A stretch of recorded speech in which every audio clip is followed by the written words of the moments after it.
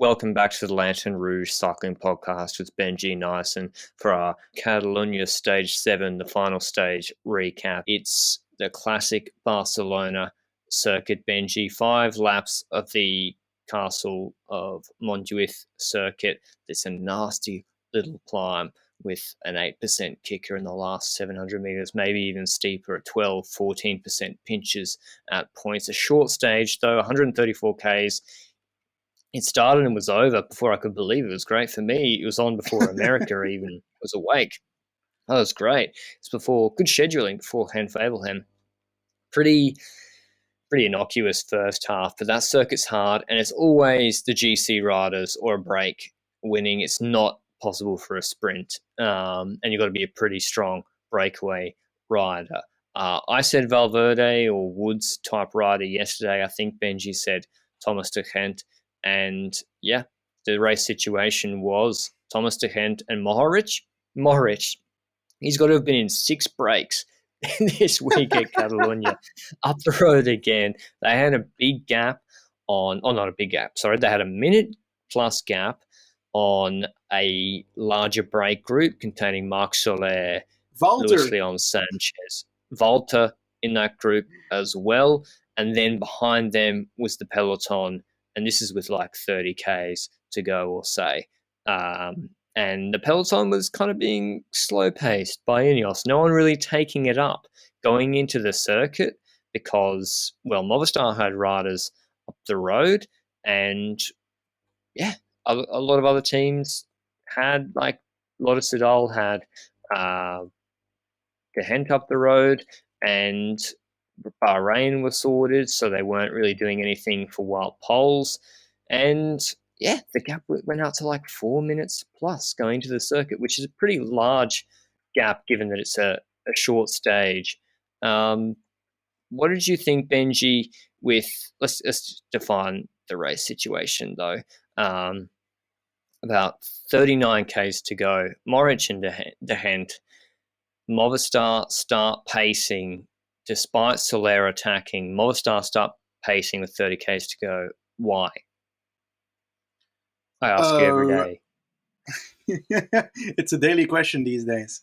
When it comes to Movistar, When it comes to Movistar today, I think that they did have to do something because they've got a position in GC that is not necessarily too far from. I think it's Thomas that's the worst of the port riders. Yes, in GC. Yeah. A subtle 14 seconds ahead of Valverde in GC before this stage, which means that they should try something on these small hills.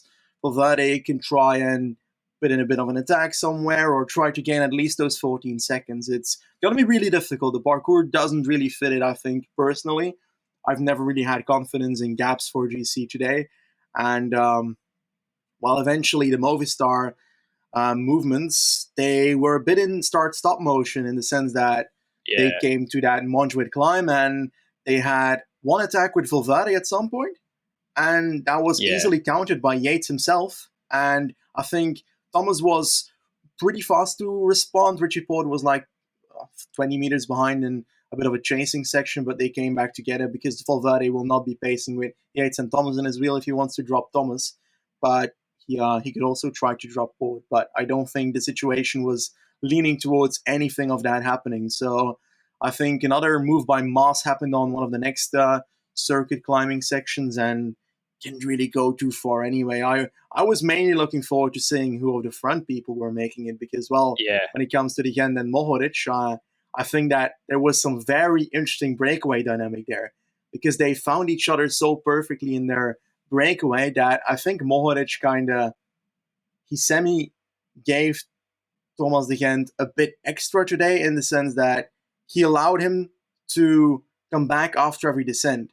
Because Mohorič, if you don't know Mohorič yet, pretty sure we've spoken about him quite a few times, he is the best descender in the world because he's very aero and his cornering in these very wide bends is so good to the point where Thomas de Gent, the rider that can descend, is being put on like 20 to 50 meters every single 2 kilometer descent, which is just crazy because they come to the bottom of that descent And Mohorič looks behind and is like, I should wait because we're better off together for now.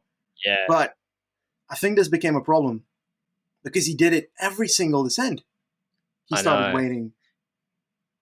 Well, it was only the problem for him, issue. Benji. Mm-hmm. There was only a minute gap the whole time to the group behind with Bowman, Soler, Luis Leon Sanchez. And that pressure behind made him think, I really don't want to be going solo first at 30, then at 20. He's like, it's too early for me to go solo. De Gent's a nice engine. He works seamlessly in a 2-up breakaway. And that's why he waited up every time. Now, I think, did he need to sit up and wait up, or could he have just ridden threshold and made De Gent work a bit harder? Yes, the latter. I don't think he needed to sit up the way he did, especially as why bang the descent so hard? And he was like a bullet down this descent. There's the last right-hander that he came into like 15 k's an hour quicker than De Gent, but then just sit up. I mean, maybe he just loves going quick. Rick and Bobby want to go fast.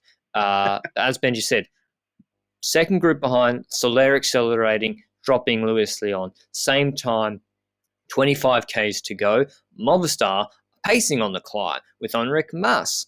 It doesn't really make sense. It's like Valverde should have been the priority. I said in the video I uploaded today, get Valverde. Well, they'd already thrown the stage win away when they entered the circuit with a 5-minute gap by not pacing beforehand. But yeah, get Soler to help Mas and Valverde, but they were never going to catch that front group. Stage win was definitely up the road. We'll talk about that first. Eventually, Bowman for Jumbo-Visma tried to attack and get across to De Gent and Mohorič. He never really got too close. He even got brought back, I think, by the group chasing Attila Volta in that group. 5.5 k's to go. Thomas De Gent, with that last final climb, he knew Benji. He knew the whole time. He hit Mohorič with a big attack on the steep section, and Mohorič literally was out of sight straight away. Didn't even respond. 3 k's to go. He's gaining 2 seconds every second. It's not even possible. And Thomas De Gent soloed away with a vintage stage from the breakaway. Another World Tour stage win for him at Catalunya. He has won so many Catalunya stages. It's outrageous. What are you saying, Benji? 5 stage wins he had at Catalunya, and it's once again in an extreme fashion because, well, you could say that the peloton doesn't care about it, but the break was pretty huge, and he always rides away from the breakaway in the same fashion. He gets away to the front, he puts in a small attack, he gets a bit gap, a bit of a gap, not a big gap, a bit of a gap on the others. Sometimes someone joins them, and then it's just Thomas De Gent, Thomas the Train mode. He just keeps on chewing around. And he did that today in the same fashion, and I love it. And it was a bit of a crazy pick yesterday, I think. I didn't really see it as an extreme possibility to have Thomas De Gent win today, but I'm pretty proud of it, to be honest, because Thomas De Gent being in the breakaway, it happens a lot, but it's also a lot of the times that he's in the breakaway and it leads to nothing. But when he does make it, it's in such a nice fashion. But that's what I thought would happen, Benji. I thought the peloton would want more, or Movistar would want more out of this stage for Valverde.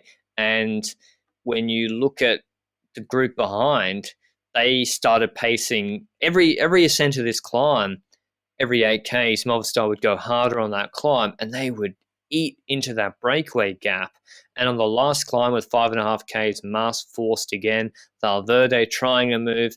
Geraint Thomas pulled the you better call an ambulance, but not for me on Valverde, and started like pacing and attacking him in the saddle, almost gapping Valverde. So yeah, Ineos, and we saw this, Thomas did the same strategy on the 4th stage, the last mountain stage. No domestiques on the front, doesn't matter. If I just ride on this climb or on the false flat descent, track mode TT, it's going to be very hard for someone like Valverde to gap me in the last case and put any time into me. So Thomas played it perfectly, defending his third on GC, Movistar couldn't really get anything out of the stage. Volta came third. He attacked, I think, out of the breakaway group that had been distanced by Mohorič and De Hent. But it was, De Hent, Mohorič, Volta. Reichenbach came fourth for Groupama FTJ. Valverde, he actually beat Valverde in the bunch sprint behind. Wood sixth, seventh, Hirschi. We'll talk about him in a second. Almeida eighth, Adam Yates ninth, Champoussin 10th, and then a whole bunch of GC guys all at the same time. No GC movement. Adam Yates taking the GC with Port and Thomas second and third. Ineos 1, 2, 3. Disgusting. And it goes to show if Movistar had just kept the break in decent shape going into the circuit, they ate 3 minutes and 20 seconds into it in like 25 kilometers. Yeah, they could have had a good shout for the stage today, and I think they made a mistake once again. They should have backed Valverde 100%. And otherwise, good for Volta, first World Tour podium. And Ineos Benji, 1, 2, 3 on GC. Was it as dominant as it looks their week at Catalunya? Because I think it exactly was. I think they barely put a foot wrong. Yeah, I don't think they can do much more than they did here. I think the only mistakes they made was really getting that 46 breakaway out there and having to chase that the entire day. But then again, it's a bit of a gamble. You can't really see that coming, that after a 12-man group that is going to be a 46-man group. But in the end, we knew that Yates was one of the favorites here. We said at the time trial that GC was a lock for him, and it was all about filling up the rest of the top 3 spots with other Ineos riders, and they turned around on the mountain stage and did exactly that. So pretty predictable race, but also a very, very fun race. I really enjoyed it, and it's one of those races in the earlier part of the season that sometimes has me more interested in than, for example, a Tour de Suisse or a Dauphiné, and I don't really know why. I think it's because it's less the people that you see in every Tour de France. It's more the people that you see in the Giro or the Vuelta that are preparing other races, because the people that are preparing the likes of a Tour de France aren't likely going to this race. But then again, I'm lying, because half the Ineos team that is here is basically the Tour de France team. So Benji, Adam Yates, his first World Tour level stage race GC win in Europe. UAE Tour last year was his first World Tour level GC win. I think they have to take him to the Tour de France. I don't see a world in which you only send Adam Yates to the Vuelta and take Gegenhardt to the Vuelta. You got the question mark over his TT. You say, okay, shit at UAE, absolutely banging TT here in Catalunya. It was getting more used to the equipment. First stage at UAE, first time on new equipment, but then the course suited him a bit more here at Catalunya. That being said, Gegenhardt's TT isn't exactly like peak Thomas. Like, you can trust Thomas. I think his TT is going to more likely than not go back to where it has been. And then in terms of pure climbing ability, it's got to be Yates. It's the consistency that's the issue, but then he's coming from Bike Exchange to the best, most professional, richest team in the world at Ineos. His train can be Carapaz, Dennis, Castroviejo, and Port. What percentage chance do you think he's going to the Tour now, Benji? I think it's an 85% chance. I think that it's pretty on point that he should go. I think to look at how his career has gone so far, I think we can highlight the fact that in 2016 he tried as leader at the Tour de France. He ended up getting 4th. It's the only Grand Tour he ever rode a good GC in. All the rest was pretty much falling through the classification in the final 2-ish weeks. In 2019, arguably his best season before 2021. He started off with a 5th position at Ruta del Sol, then moved to Tirreno Adriatico, where he got 2nd. That was after Primoz Roglic, the man who basically demolished all the races that year. He went to Catalunya, also got 2nd, Adam Yates. Then he went to Itzulia, he got 5th there. And then he went to the Tour de France and he fell through the classification towards the end. So it's clear that, to me, it seems the issue is not necessarily the climbing and stuff. He can do well against the top riders. I think the main struggle or the danger, the vulnerability for Adam Yates is the recovery into the second and third week. And the fact that we've only seen him achieve this once, which was that 2016 Tour de France. And if they can bolster that, and if they can format that and bring that into a good aspect and somehow get him to ride on this level for an entire Tour de France, then he can compete for a top 5 or even a 3rd spot on the podium. I don't think it's going to be easy to beat the likes of a Pogacar or a Roglic, but so far, the season up till now, he's the only rider on Ineos that has shown any possibility of doing so.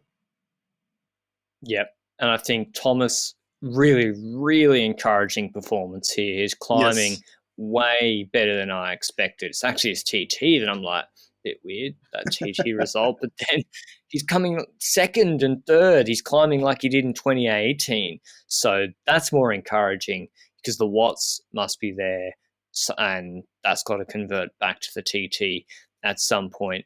And I think Yates, Carapaz, Port, Thomas, it's the perfect, they complement each other perfectly against Pogacar and Roglic. And I just, for the Tour, the sort of climbs they have, I just think Yates is more of a threat than Gegenhardt. Maybe they take Gegenhardt too, but that's my view, that it would be insane to me to not take the guy who was pressuring Pogacar on a record time of her feet a month ago, coming second on GC in the UAE, when he lost, the only time he lost was in the TT, on his first TT with the new equipment, and then the guy who just absolutely flattened Catalunya and he looked so dominant at Catalunya. Great TT, climbing record on stage 3. You can't leave that guy out of the Tour team, in my view. But that's our Catalunya recap. The Ineos choo-choo, they heard us maybe talking a bit of shit about the aero base layers, so they came out and hit us with a 1, 2, 3 in GC and shut us up. So, yep, that's our Catalunya recap.